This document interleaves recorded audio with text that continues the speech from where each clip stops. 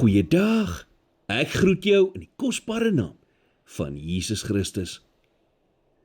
In Matteus 24, nadat Jesus vir die disippels gesê het dat die tempel vernietig sou word, het die disippels vir Jesus gevra in vers 3, vertel ons, wanneer sal hierdie dinge wees en wat is die teken van die koms en van die volëinding van die wêreld? En die eerste 2 woorde wat uit Jesus se mond kom, voordat hy vir hulle die tekens gee, is pas op. Die Griekse betekenis vir pas op in hierdie gedeelte, beteken om te waak, te onderskei en op jou hoede te wees teen misleiding. In 'n wêreld vol chaos, oorloë, gerugte van oorlog en misleiding, is die belangrikste ding wat jy dus kan doen, nie om te probeer voorspel wanneer die toekoms homself gaan afspeel nie, maar eerder om jou verhouding met God 'n prioriteit te maak. Jy moet jou hart ondersoek, evalueer en beskerm. Die wêreld mag dalk uitmekaar uitval, maar jou geestelike lewe hoef nie. Moenie wag vir tekens om jou te vertel wat die belangrikste in jou lewe moet wees en wat nie.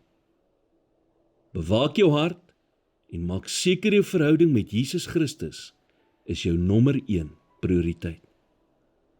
Wanneer jou lewe met hom in lyn is, kan vrees jou nie oorweldig nie. Jy sien, daar is 2 soorte vrees, gesonde vrees en ongesonde vrees. Gesonde vrees is 'n vrees vir God. Dit hou jou afhanklik van hom en beskerm jou teen trots. Maar dan is daar 'n ongesonde vrees. En dit is die vrees wat jou in die skei hou wanneer Jesus jou roep om uit te klim en saam met hom op die water te loop.